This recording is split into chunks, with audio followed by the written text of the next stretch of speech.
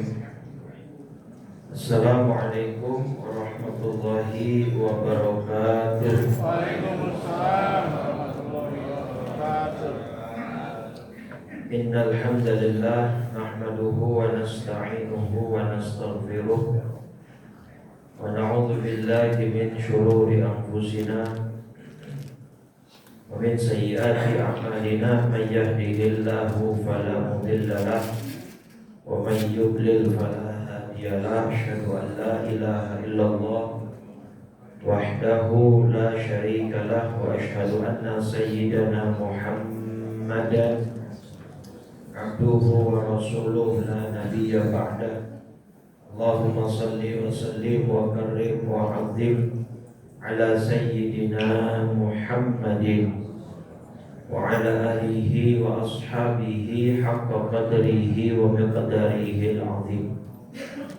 Subhanaka la ilma lana illa ma 'allamtana innaka antal alimul hakim. Rabbi shrah li sadri wa yassir li amri wahlul 'uqdatam min lisani yafqahu qawli wa saddid lisani wahdi qalbi bihaqqi sayyidina Muhammadin sallallahu alaihi wasallam. Amma ba'du.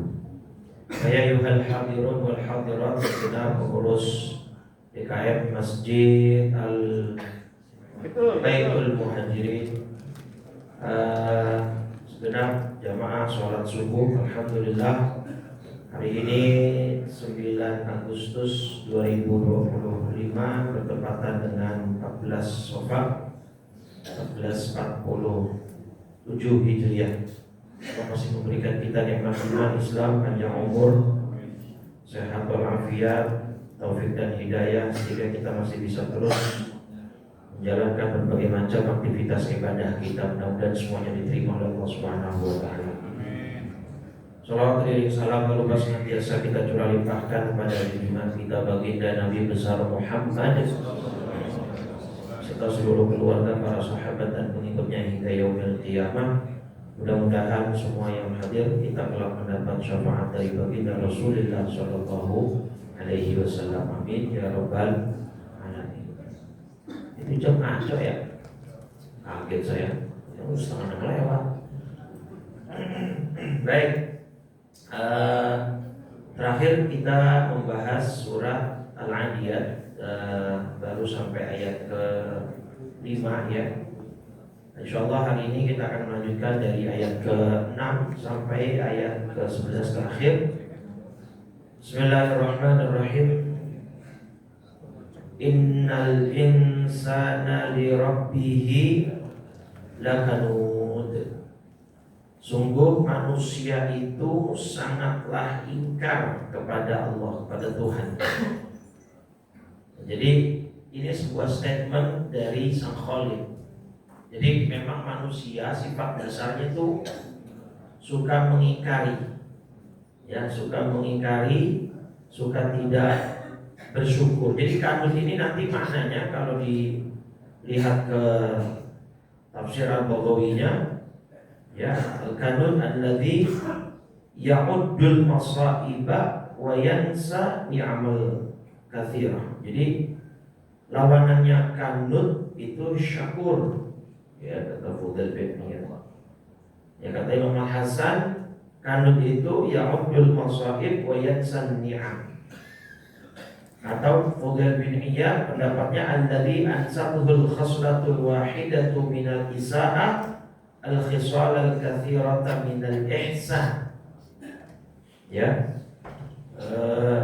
paham ya maksud diterjemahin? Jadi kalau kata Imam Hasan al-Basri, kanut itu orang yang menghitung-hitung musibah dan melupakan nikmat. Senada dengan Imam Hasan, Fudhal bin Iyad mengatakan kanut itu orang yang melupakan nikmat yang banyak, melupakan kebaikan yang besar hanya karena satu kesalahan, hanya karena satu keburukan. Dan ini juga yang Nabi pernah sebut salah satu penyebab paling banyak yang membuat perempuan masuk neraka. Kenapa? Karena mereka kanut terhadap suaminya. Ya. Di dalam hadis Bukhari nomor 29, ya. Di sini Nabi menjelaskan bahwa uritun narok, saya diperlihatkan neraka, kata Nabi, ya. Di hadis Bukhari nomor 29. Fa idza aktsaru ahliha an-nisa. Dan secara mengejutkan ternyata penghuni terbanyak neraka adalah perempuan. Tapi insya Allah perempuan Baitul Muhajirin tidak termasuk. Kenapa mereka masuk neraka? Yakfurna, mereka melakukan kekufuran. Nah, sahabat tanya, yang dimaksud kekufuran di sini apa? Ayakfurna billah. Apakah yang dimaksud mereka ini para wanita banyak yang kufur kepada Allah? Qala, Nabi menjawab, bukan itu, tapi yakfurnal ashir, mereka kufur terhadap teman hidupnya. Siapa maksudnya? Suaminya. Wa yakfurnal ihsan. Nah ini poinnya Pak. Mereka kufur terhadap kebaikan-kebaikan suaminya. Bahkan dijelaskan sama Nabi, gimana gambarannya? Lau ahsanta ila ihdahunna dahra. Bahkan jika kamu seorang suami berbuat baik kepada istri kalian sepanjang tahun, mau jalan-jalan diturutin, beli ini dibeliin, minta ke situ dihayoin, semua ya keinginan istrinya dipenuhi oleh sang suami setahun penuh. Tsumma ra'at minka syai'an, kemudian istri itu melihat dari suaminya satu kesalahan, maka yang satu kesalahan itu akan menutupi berjuta kebaikan suaminya. Bahkan si istri itu ngomong, qalat ma ra'aitu minka khairan qat, wahai suamiku, aku tidak melihat satupun kebaikan dalam dirimu. Nah, tiap tahun sepanjang tahun udah dibayar ini, semua diturutin. Satu suaminya melakukan kesalahan, itu semua kebaikan suami hilang di mata istri, maka yang dibesar-besarkan hanya keburukan dan kesalahannya. Itulah salah satu sifat istri calon penghuni neraka. Insya Allah istri di Baitul Muhajirin tidak seperti itu ya. Soleha semua nih insya Allah. Nah itu Pak, itulah kanun. Jadi gara-gara satu kesalahan, gara-gara satu musibah, melupain semua nikmat yang Allah kasih. Nah kalau kita ingat-ingat dari mulai kita hidup sampai sekarang, kira-kira antara sehat sama sakit lebih banyak mana persentasenya? Sehatnya kan, maka pas lagi sakit jangan cuma fokus ke sakitnya. Itu nanti kita takutnya bisa kufur nikmat sama Allah, protes, ya Allah kenapa saya sakit. Secara persentase hidup kita kan sehat mulu Pak, dari kebanyakan sehatnya gitu maksudnya daripada sakitnya. Kecuali Nabi Ayub. Nabi Ayub persentasenya lebih banyak sakitnya daripada sehatnya. Kita kan enggak, kita sebaliknya. Atau kalau saya kasih pertanyaan lagi, Bapak Ibu lebih sering pegang uang apa enggak pegang uang? Pegang uang. Kalau akhir-akhir ini enggak. Oh berarti di ATM. Kalau nggak dipegang berarti di ATM ya. Diblokir juga ATM-nya ya. Jadi atau saya balik ya, saya ubah pertanyaan, lebih sering bisa makan atau lebih sering nggak bisa makan kita? Lebih sering bisa makan, walaupun mungkin makanannya sederhana, atau kalau nggak sederhana pagi sore. Jadi itu Bapak Ibu, jadi lebih seringlah kita fokus kepada nikmat yang Allah kasih, itu namanya syakur. Tapi kalau lebih fokus terhadap apa yang Allah ujikan kepada kita, namanya kanut. Gitu ya. Dan sayangnya Allah sudah statementkan lagi dalam surat Saba, surat 34 ayat 14. Nah ini lawanannya ayat yang sedang kita bahas Bapak Ibu. Ayat 13. Nah 13-nya. Di akhir ujung ayat Allah berfirman, wa qalilum min ibadiyasy syakur. Nah, syakur ini lawanannya al-kanut tadi. Nah, kalau di situ tadi innal insana li rabbihi lakanun. Manusia itu banyak yang ingkar. Nah, di sini Allah bilang sedikit sekali dari hamba-hambaku yang bersyukur. Itu manusia. Jadi mudah-mudahan kita tidak menjadi orang yang kanut. Jadilah orang yang syakur, orang yang banyak bersyukur. Nah, sekarang makna syukur apa? Apa makna syukur sekarang? Berterima kasih. Terus apa lagi? Nah, syukur itu sarful abdi jami'a ma an'amallahu alaihi minan ni'ami, ya, lima khuliqa li ajlihi.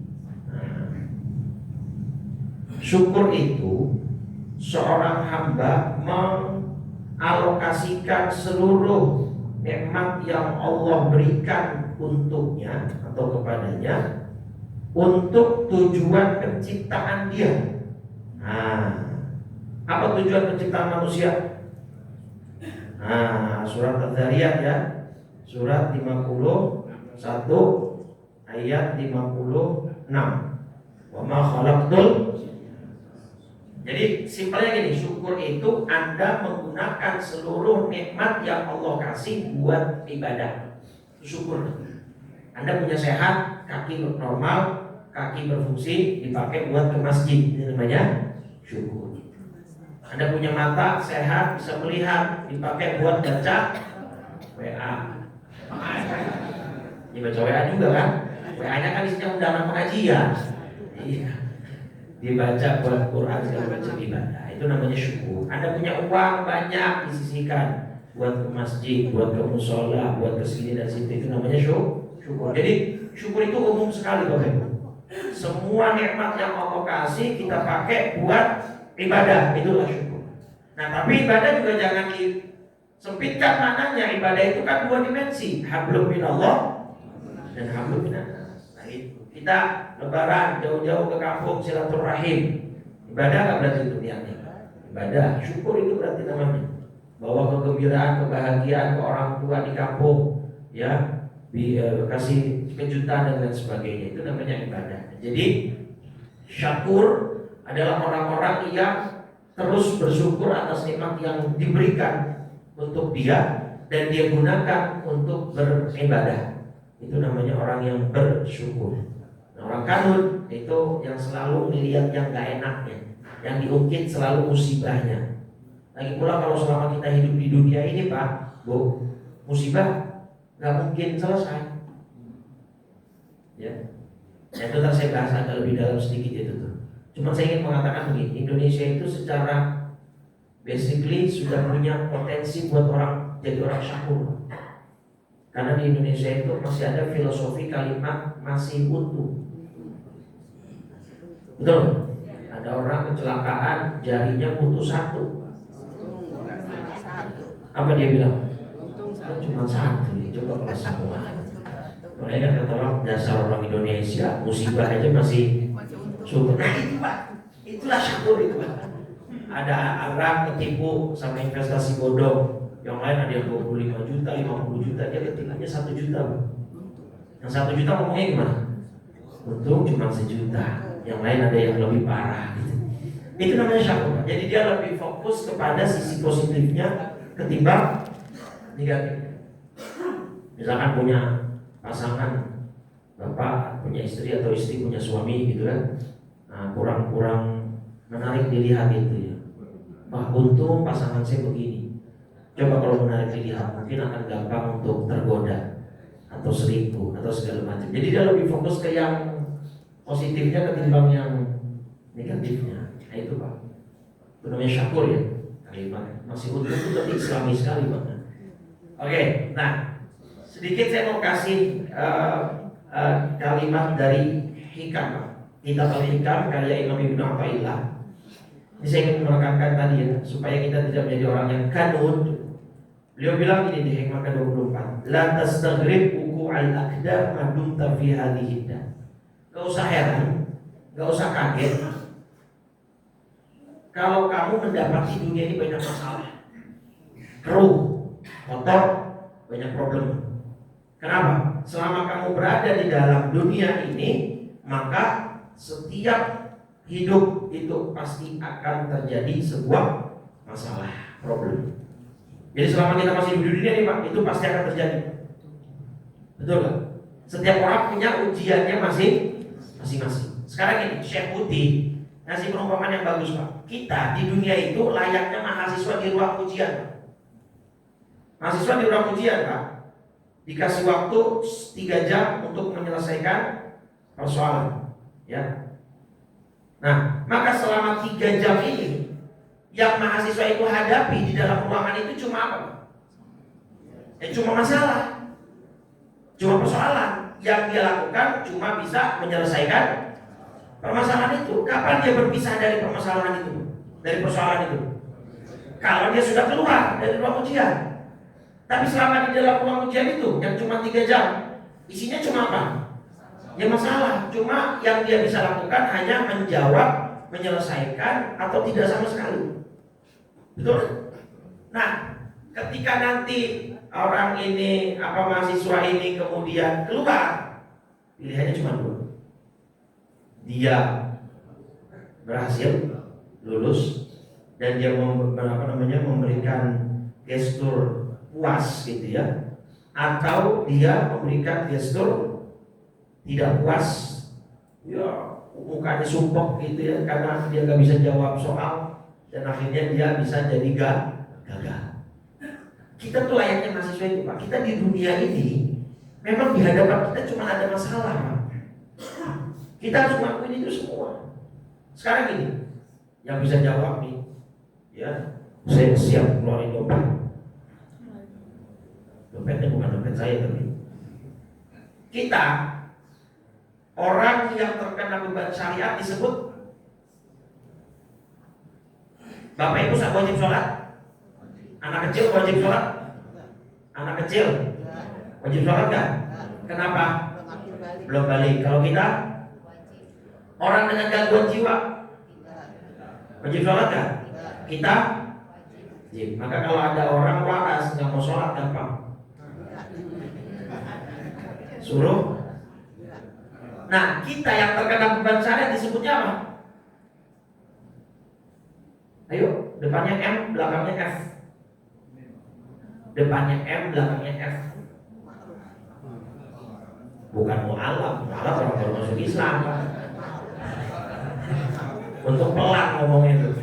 Coba kenceng. Udah kenceng salah. Apa? Mukallaf.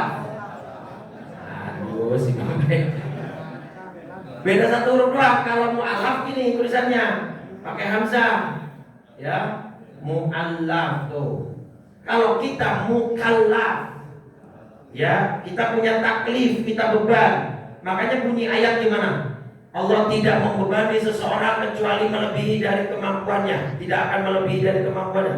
Gimana bunyi ayatnya? Al-Baqarah terakhir.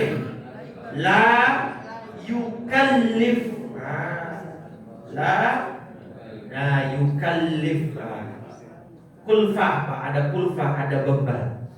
Jadi kita itu orang yang terbebani syariat, terbebani hukum, namanya mukallaf. Anak kecil tidak mukallaf, orang dengan gangguan jiwa tidak mukallaf. Gitu. Jadi mukallaf itu syaratnya harus sudah baligh, berakal, ya. Kemudian panca inderanya semua sehat. Gitu. Itu namanya orang yang terkena. Nah, namanya saja ada beban, Pak. Jadi kita tuh mukallaf orang yang terbebani, berarti kan harus ada tantangan, Pak, hidup itu. Berat memang hidup ini. Memang Nabi nggak dapat masalah. Hidupnya Nabi memang enak-enak aja, Pak. Masalah semua, dari lahir udah masalah Nabi hidupnya. Gak punya ayah, ya kan? Pindah ke kampung Sa'diyah, disusui oleh Halimah. Balik ke pangkuan ibunya umur 5 tahun. Pas umur 6 tahun ibunya meninggal. Ke pangkuan kakeknya Abdul Muttalib. Umur Nabi 8 tahun kakeknya. Masalah semua itu, Pak. Ya kan? Kemudian sudah dewasa diberi gelar Al-Amin, orang-orang pada percaya. Pas umur 40 menyeru tauhid, menyeru akidah, menyeru orang untuk bertauhid kepada Allah, malah musuhin. Bahkan musuh terbesarnya adalah keluarganya sendiri. Masalah kayak gitu. Diuji sama Allah, dimusuhin, diboikot ekonomi. Bahkan kalau Bapak Ibu belajar sejarah itu Nabi dan orang-orang Mekah sampai pernah 3 tahun diboikot, gak boleh transaksi jual beli Pak di pasar itu. Gak bisa beli gandum, gak bisa beli air segala macam. Digambarkan dalam banyak kitab fikih sirah, ya'kuluna al-hashi, sampai mereka makan rumput liar. Makanya Nabi udah gak kuat melihat umatnya disakiti begitu, makanya Nabi memutuskan untuk hijrah. Ya, dan sebelum hijrah ke Madinah, pertama kali hijrah Nabi nyuruh beberapa sahabat hijrah ke mana? Ke Habasyah. Ada Raja Najasyi, walaupun di sana Nasrani Najasyi, tapi terkenal Najasyi ini raja yang apa? Yang adil, yang ya adil lah, bijak gitu ya kepada orang-orang. Nah semua itu permasalahan. Karena kita selama hidup di dunia juga begitu. Bahkan sama Allah disindir, mentang-mentang kalian beriman terus kalian ngerasa dekat sama Allah, terus gak bakal diuji Pak. Pedean itu namanya. Nih Allah bilang, ahasiban nasu ayyutraku ayyaqulu amanna wa hum la yuftanun. Apakah manusia mengira bahwa mereka akan dibiarkan hanya dengan mengatakan kami telah beriman, terus mereka gak diuji? Oh, gak bisa. Semua orang pasti ada ujiannya, semua orang ada masalahnya. Nah, terkait dengan ayat kita, jangan gara-gara 1-2 masalah hidup yang Allah berikan ke kita ngelupain banyaknya nikmat Allah. Itulah kamu. Maksud saya itu artinya, amin. Tahu Ibu? Ya. Jadi sudah kita pasti dikasih Al-Baqarah 155 apa? Walanabluwannakum bisyai'im minal khauf. Kita akan diberikan ujian berupa rasa takut, wal ju', rasa lapar, wa naqsim minal amwal, kekurangan harta, kehilangan harta. Kayak keluarga meninggal, rumah dirampok, motor dibegal, rekening di tanah 2 tahun nganggur di sita, rakyatnya pengangguran. Wal anfusi was samarat, ya diberikan kekurangan jiwa, diujian kekurangan buah-buah semua. Maka ada wabasyiris sabirin, sampaikanlah kabar gembira buat orang-orang yang sabar, yaitu ketika ditimpa musibah dia mengatakan inna lillahi. Jangan gara-gara 1-2 masalah, semua kebaikan Allah, semua nikmat yang Allah kasih kita lupain. Itulah namanya kanun. Ya, jadi udah ingat-ingat kita sedang berada di ruang ujian. Kapan kita akan selesai dari ujian ini? Kalau kita udah keluar dari ruang ujiannya. Kapan kita keluar dari ruang ujian kita? Pas kita mati. Betul gak? Dan setiap kita soalnya beda-beda, jadi gak usah nyontek. Maksudnya itu dapat maknanya. Setiap kita punya soal, punya ujian yang berbeda, jadi gak usah nyontek. Maksudnya don't compare your problems to other. Jangan pernah kita mengkomparasikan, membandingkan masalah dia mah enak, enggak. Setiap orang punya masalahnya. Jangan bilang dia mah hidup gak punya masalah. Ada, gak mungkin semua orang gak hidup gak punya masalah. Cuman yang membedakan itu cara merespon masalah itu. Saya sering pernah beberapa kali sampaikan, contohnya, ilustrasinya di satu jalur laut yang sama, gelombang ombak yang sama, satu kapal nelayan kecil, satu kapal pesiar besar. Guncangan yang dirasakan oleh penumpang di dalamnya sama atau beda? Cuma itu aja. Yang satu imannya cuma sekelas kapal nelayan kecil, yang satu imannya sudah sekelas kapal pesiar besar. Jadi bukan dia gak punya masalah, cuma ya layaknya kapal pesiar begitu lewat terus gelombang yang seperti itu ya lewatnya santai aja, gak ada rasa apa-apa. Tapi yang kapal kecil terbang ambing kan? Bahkan bisa terbalik kan? Nah itu iman. Nah ini kita kajian-kajian seperti ini itu kita sedang build our ship. Kita sedang membangun kapal kita masing-masing. Saatnya nanti kita menerjang ombak, ya diharapkan kapal kita sudah kuat sehingga tidak terguncang. Loh banyak loh Bapak Ibu yang dapat masalah kemudian imannya goyah, bahkan bisa saja imannya terbalik. Banyak yang menyatakan murtad kan akhirnya kan. Masalah ekonomi, masalah. Kemarin saya dapat cerita dari jamaah Darul Ma'arif, saya nggak sebut namanya. Setelah kajian subuh hari Sabtu pekan keempat, saya kan jadi dari Darul Ma'arif Sabtu pekan keempat. Ada jamaah yang menghampiri saya curhat, Pak Ustaz saya mau konsultasi, silakan Pak. Saya punya sepupu Pak Ustaz. Sepupu saya 2-3 hari belakangan kemarin datang ke rumah sambil nangis-nangis. Kenapa Pak sepupunya? Jadi dia punya anak laki-laki kuliah di ITB, kos di sana, sekarang sudah lulus. Kalau kuliah di ITB kan bisa kita simpulkan anak ini pintar, Pak.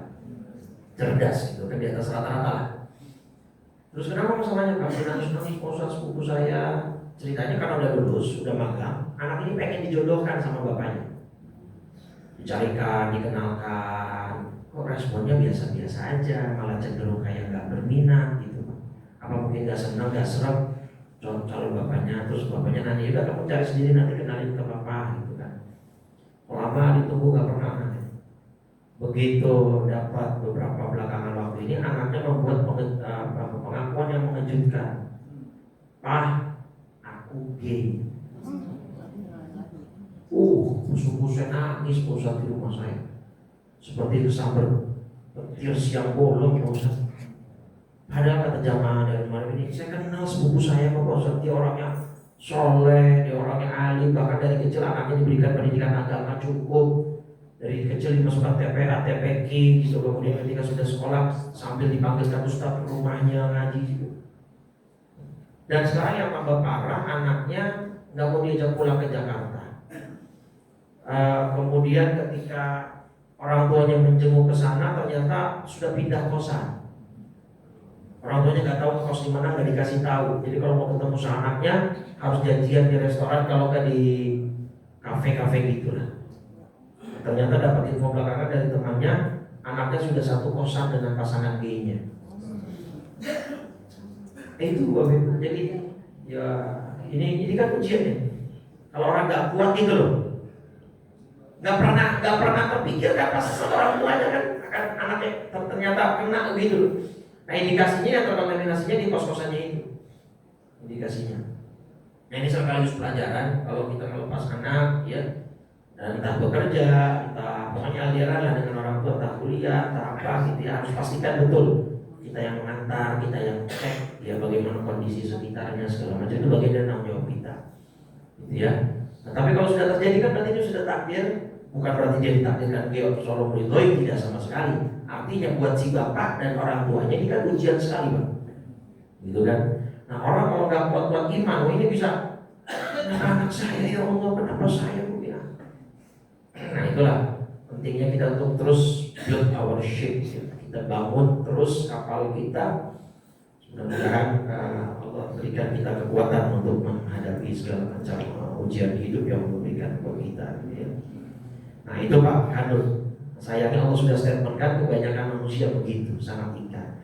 Wa innahu ala dzalika lasyahid. Dan manusia itu benar-benar menjadi saksi atas keingkarannya. Artinya perilaku manusia itu nggak bisa dibohongin.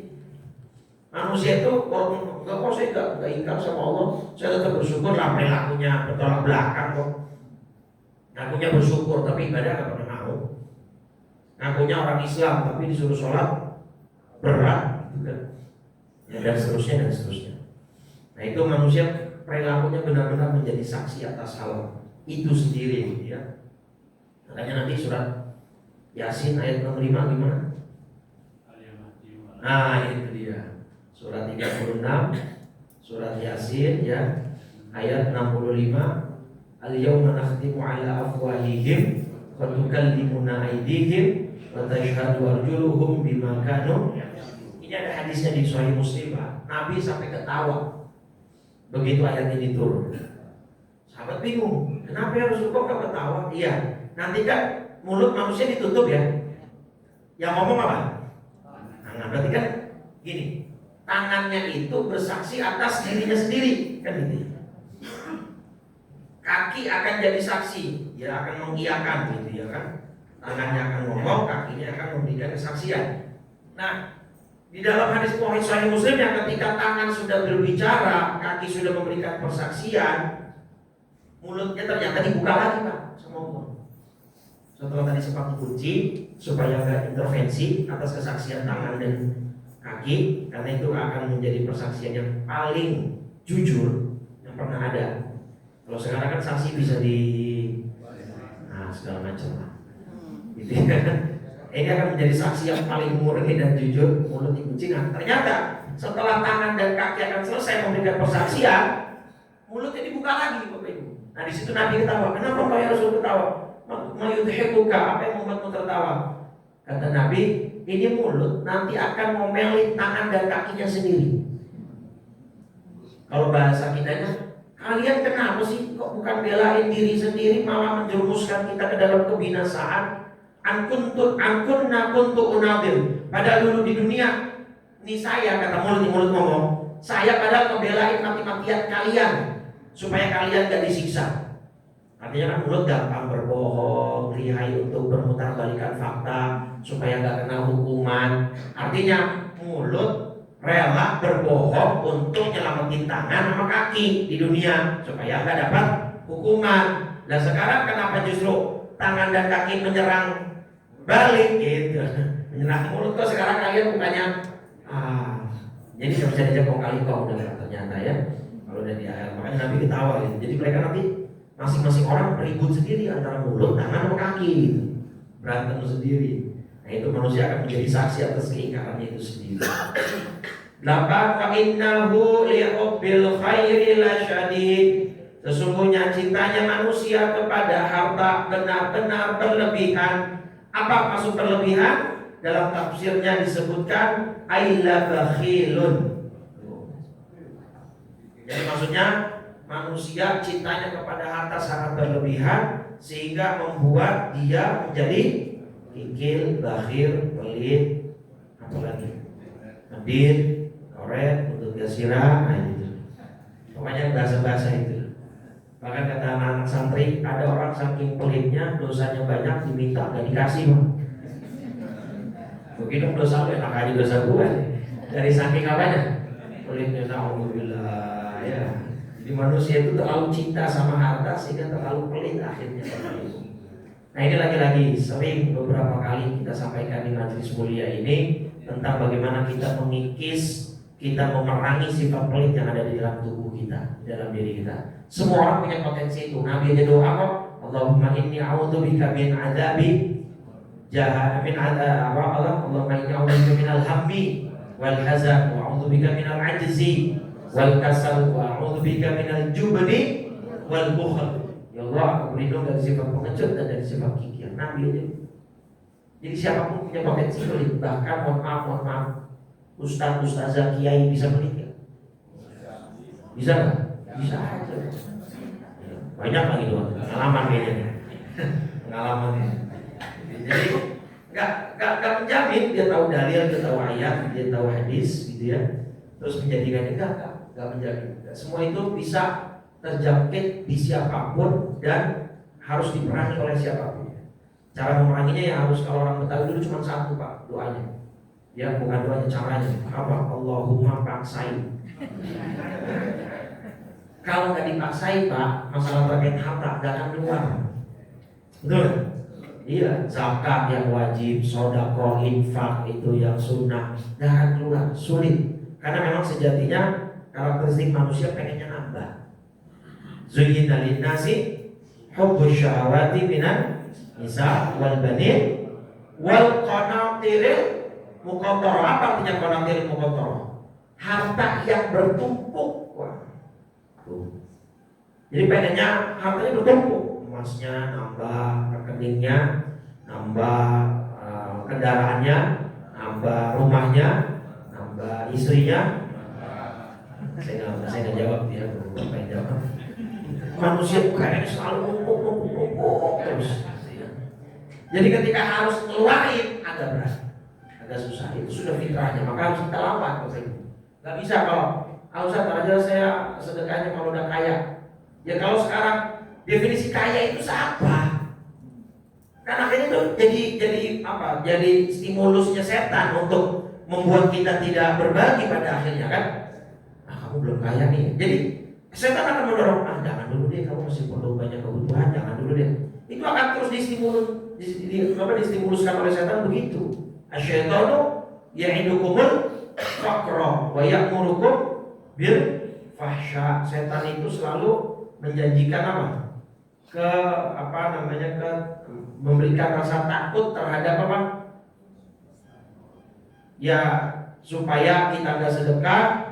Ya, jadi setan bilang udah jangan sedekah, nanti kamu jadi orang miskin. Diberikan rasa takut atas orang yang ingin berbagi, ditakut-takutin dengan rasa fakir, miskin, itu bangkrut dan lain sebagainya. Ya, mudah bisa kita lawan nih. Selalu saya nggak pernah bosan untuk bawain hadis idza tabakhta marqatan fa'akthir ma'aha. Kalau masak sayur banyakin, sampai segitu loh Nabi ngajarin kita lupa. Ya, masak sayur banyakin kuahnya. Wa ta'ahad jiranaka, berbagilah kepada tetanggamu apanya? Ke tetangga kuahnya.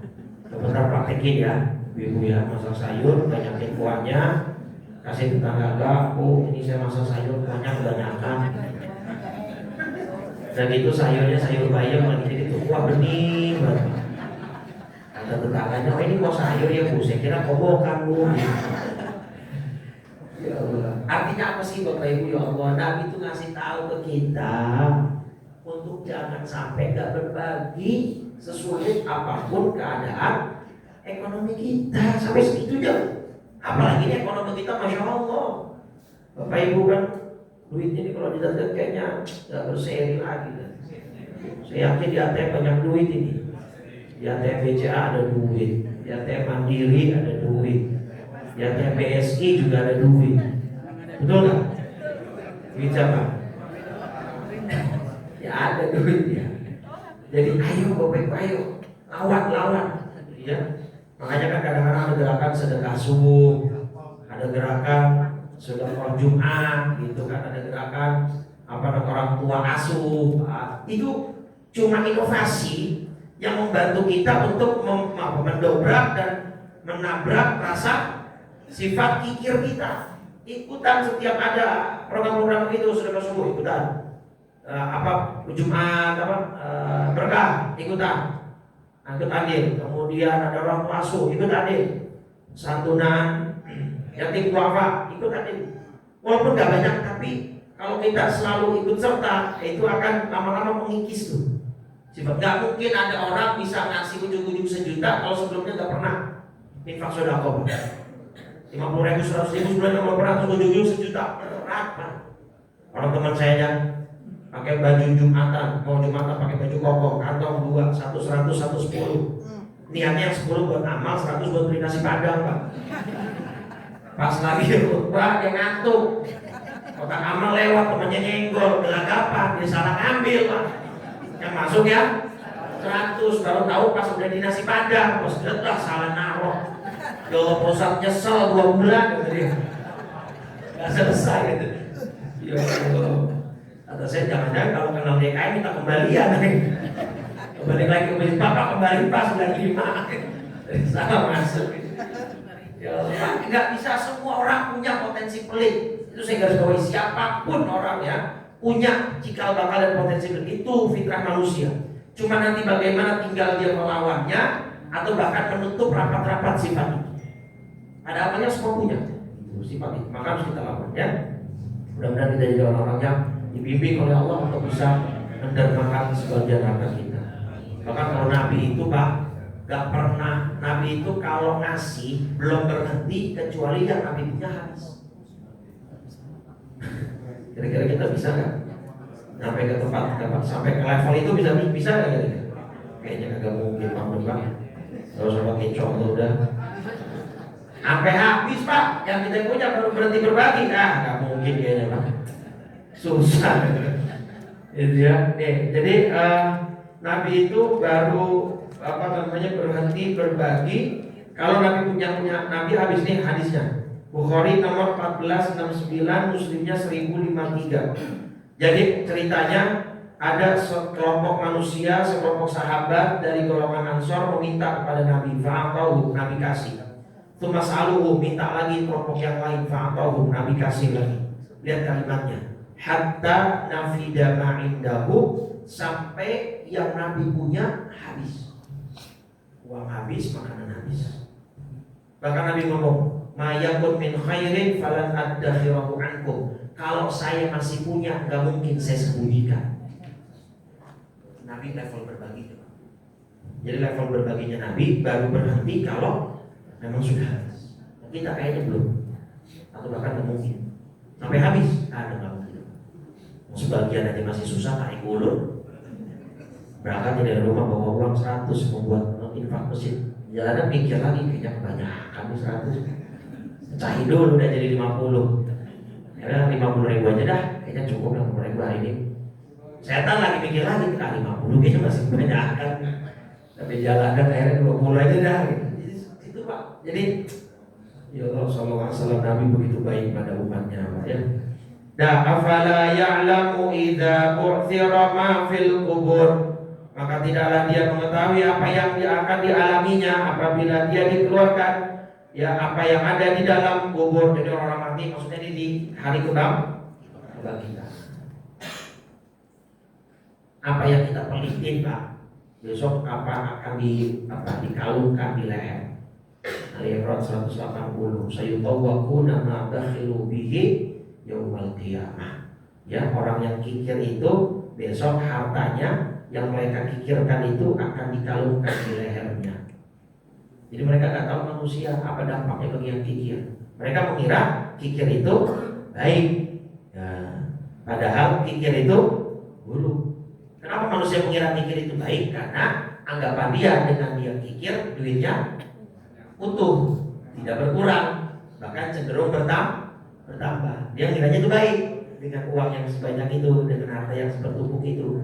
Nah, padahal itu buruk, karena di akhirat nanti akan dikalungkan di leher dia. Wa khassila ma fis sudur, dan akan ditampakkan apa yang tersimpan di dalam dada. Udah nggak ada lagi bohong di sana Pak Bu. Semua yang ada di dalam hati sekarang bisa kita sembunyiin, besok ditampakkan oleh Allah semuanya. Sekarang yang pada bohong-bohong bisa dengan lihai, ya silat lidah, dia bohong ini bohong itu segala macam, besok akan ditampakkan semuanya oleh Allah Subhanahu wa Ta'ala. Ya kalau sekarang bisa nih, kita tipu sini, tipu sono, bohong sini, bohong sana, gitu kan, dan seterusnya. Inna rabbahum bihim yauma idzil la khabir. Sesungguhnya Allah Tuhan mereka pada hari itu benar-benar maha teliti terhadap keadaan mereka. Gak ada yang lepas, gak ada yang lolos dari Allah Subhanahu wa Ta'ala. Sekecil apapun, ya, sehalus apapun, bahkan hanya niat saja itu kan dicatat sama Allah ya. Baru niat nih dicatatkan sama Allah kan, itu gak akan luput dari Allah. Semua akan ditampakkan, semua akan ditampilkan oleh Allah Subhanahu wa Ta'ala. Dan jangan sampai saat itu tiba manusia-manusia pada menyesal. Kenapa? Karena dulu dia terlalu ingkar terhadap nikmat Allah, ibadah gak mau, pelit sama hartanya. Nah, begitu sudah dibangkitkan baru tahu, oh ternyata ya Allah saya rugi jadi orang pelit. Ternyata saya rugi jadi orang begini dan begitu. Nabi Muhammad SAW beri kita contoh. Laqad kana lakum fi Rasulillahi uswatun. Itu dia. Jadi jadi orang dermawan, jadi orang yang baik. Sebagai penutup terakhir, ini cerita apa ini? Ceritanya unik, lucu, tapi hadisnya sahih. Hadis riwayat Bukhari. Ini di hadis nomor 6452. Hadisnya panjang, ya, tapi karena terbatas waktunya saya singkat saja. 6452 hadis Bukhari. Abu Hurairah itu kan ashabus sufa. Apa ashabus sufa itu? Ashabus sufa itu siapa? Orang-orang yang homeless, bahkan jobless. Mereka tinggalnya di pelataran Masjid Nabawi, ya. Tapi dengan sahabat-sahabat yang berkeadaan begini justru ada banyak hikmah. Abu Hurairah itu kan sahabat yang paling banyak meriwayatkan hadis, ya karena itu. Abu Hurairah suatu ketika kelaparan, di jalanan beliau di sini bahasanya duduk ko'atu yoman, saya duduk di jalanan untuk untuk mencegat orang-orang yang lewat. Untuk apa? Karena beliau lagi kelaparan, ya harapannya kalau ada orang yang lewat ngelihat keadaan Abu Hurairah begitu akan dikasih makanan atau kasih uang gitu kan ya, buat beli makanan. Pertama yang lewat siapa? Famarro Abu Bakar. Abu Bakar lewat. Sama Abu Hurairah, kalau bahasa anak sekarang speak nih Pak. Pura-pura nanya tentang ayat. Fasal tuhu an ayatin min kitabillah. Nanya ke Abu Bakar tentang ayat, tentang tafsir. Padahal itu bohong, maksudnya bukan bohong, maksudnya modus. Masal tuhu illa liyushba'ani. Saya nanya, harapan saya cuma satu, supaya Abu Bakar bisa ngasih saya makanan. Kan kalau orang lapar kan kelihatan Pak, dari apanya? Ya, wajahnya, dari gestur tubuhnya gitu kan. Ternyata udah ditanya panjang-panjang sama Abu Bakar gak nyadar. Lewat aja Abu Bakar. Kecewa dia Abu Hurairah. Famarro bi Umar. Yang kedua lewat Sayyidina Umar Pak. Lagi sama. Modusnya nanya-nanya gitu kan. Ya mungkin kan kelihatan bibirnya pucat atau gimana kan orang belum makan lapar Pak ya. Umar lewat aja begitu Pak. Gak dikasih apa-apa juga sama Umar bin Khattab. Lewat yang ketiga, famarro bi Abul Qasim. Rasulullah SAW lewat. Subhanallah. Saya belum nanya satu huruf pun keluar dari mulut saya belum. Nabi langsung ngomong langsung fatabasama hina ra'ani. Nabi langsung senyum wa arafa ma fi nafsi. Seakan Nabi sudah tahu apa yang terjadi pada diri saya. Kemudian Nabi langsung ngomong, ya Abahir wa ayah Abu Hurairah, ngapain ya Rasulullah? Ya Rasulullah, al-ilham, ya ikut saya. Jadi Nabi belum ditanya udah paham. Tuh Pak, pentingnya ilmu peka. Jadi kalau ada bapak orang udah banyak DM di depan bapak, jangan sosok gak peka Pak. Paham kan nih? Itu yang mau peka Pak, ini sunnah Nabi nih.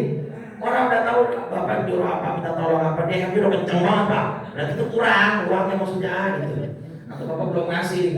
Nah ini Nabi gak pakai dikasih kode sama Abu Hurairah udah tahu. Diajak ya, Abu Hurairah ikut saya ke rumah. Nah di rumah Nabi mendapatkan labanan fi qadahin. Ada susu Pak, satu mangkok kecil. Ditanya sama Nabi ke penghuni rumah, "Aina hadza labannya? Susu dari siapa?" Itu ada yang ngasih ya Rasul. Kecil Pak, mangkoknya kecil. Kalau ukuran buat manusia supaya kenyang paling maksimal cuma 2 orang. Abu Hurairah senang Pak. Wah ada susu nih. Karena kan dengar dari luar, Nabi ada susu. Wah tahu nih Nabi berarti lagi lapar. Nabi keluar dengan sumringah wajahnya Abu Hurairah. Nabi malah nyuruh ilhaq ila ahli sufa fad'uhum. Abu Hurairah, panggilin dong teman-teman kamu yang ashabu sufa, suruh kemari semua. Pak, ashabu sufa itu orangnya kurang lebih 70 Pak. Dalam hati Abu Hurairah, ya yang lapar kan saya ini. Nah kalau 70 orang Pak, susunya cuma semangkok kecil, kira-kira kenyang gak logika manusia? Tapi karena Nabi yang nyuruh, berani bantah gak Abu Hurairah? Gak berani Pak. Abu Hurairah jalan panggil. Subhanallah Pak, semua minum. Farawiyal qaumu kulluhum, semua sahabu sufa kurang lebih 70 orang sudah minum sampai kenyang, sampai bukan kenyang. Kalau bahasa Indonesia sekarang baru diresmikan di KBBI. Palung itu orang yang terhidrasi dengan baik. Tahu nggak Bapak Ibu? Baru diresmikan kemarin bulan Juli atau Juni. Kalau makan kan kenyang. Nah kalau minum terhidrasi dengan baik, bahasa istrinya sekarang palung ya. Coba saya cek di Google ya. Palung itu orang dengan kondisi, kalau kembung kan konotasinya negatif ya, nggak enak gitu kan. Nah ini palung. Nah jadi sampai semuanya palung, cukup minum sampai perutnya terisi penuh, tinggal sisa Nabi dan Abu Hurairah. Subhanallah Pak, lihat. Inilah sosok pemimpin sejati. Nabi gak minum duluan. Semua sahabat yang suruh minum sampai sisa tinggal Nabi dan Abu Hurairah. Itu pun Nabi menyuruh Abu Hurairah yang minum duluan. Itu Abu Hurairah melihat di dalam mangkok Pak, susunya gak berkurang. Padahal yang minum sudah 70-an. Abu Hurairah minum. Sampai kata Nabi, minum lagi. Enggak, emak aja dulu masalah, udah penuh ya Rasulullah.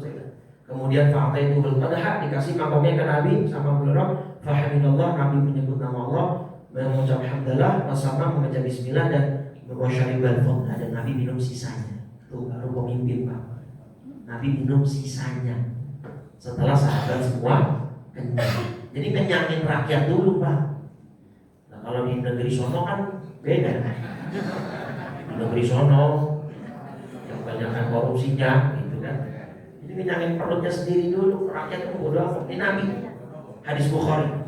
Ya itu Nabi memberikan teladan, rakyatnya dulu yang dikenyangin, baru Nabi minum teladan. Setelah Nabi minum baru habis Pak. Itunya, susunya yang ada di mangkok. Itu salah satu mukjizat Nabi Muhammad SAW. Tuh, ya. Jadi ya itu salah satu contoh bagaimana Nabi senang berbagi walaupun tadi cuma susunya satu mangkok kecil gitu ya. Tapi dengan mukjizat Nabi semuanya tercukupi. Ya bisa kita teladani, mudah-mudahan kita bisa menjadi orang-orang yang terus semangat itu semangat mau berbagi, membawa kebermanfaatan buat orang banyak. Amin ya rabbal. Baik, selesai surat Al-Adiyat. Insyaallah selanjutnya kita nanti masuk ke dalam surat Az-Zalzalah. Ya, mudah-mudahan berikan panjang umur, sehat walafiat. Amin ya rabbal. Baik, kita tutup dengan 3 kali kalimat tauhid dan doa kafaratul majlis. Mudah-mudahan kita semua wafat dalam husnul. Qala Rasulullah sallallahu alaihi wasallam, afdalu ma qultuhu ana wan nabiyyuna min qabli la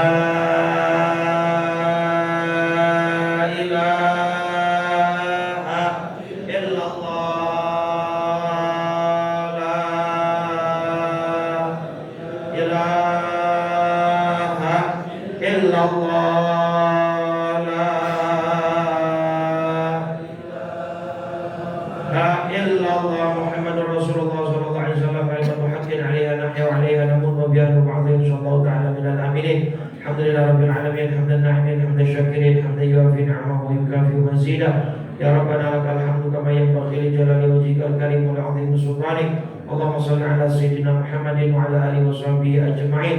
Allahumma inna na'udzubika minal hammi wal hazan wa na'udzubika minal 'ajzi wal kasal wa na'udzubika minal jubni wal bukhal wa na'udzubika min ghalabati ad-daini wa qahri ar-rijal.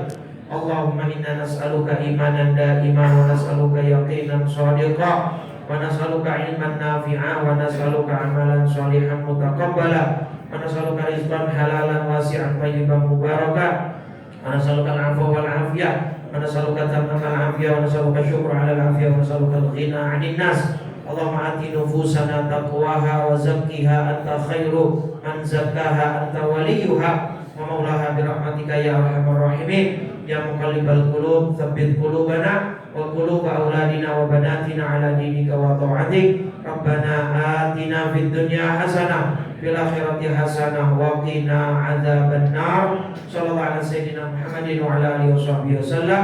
Walhamdulillahi rabbil alamin. Subhanakallahumma wa bihamdika asyhadu an la ilaha illa anta astaghfiruka wa atubu. Assalamualaikum warahmatullahi wabarakatuh.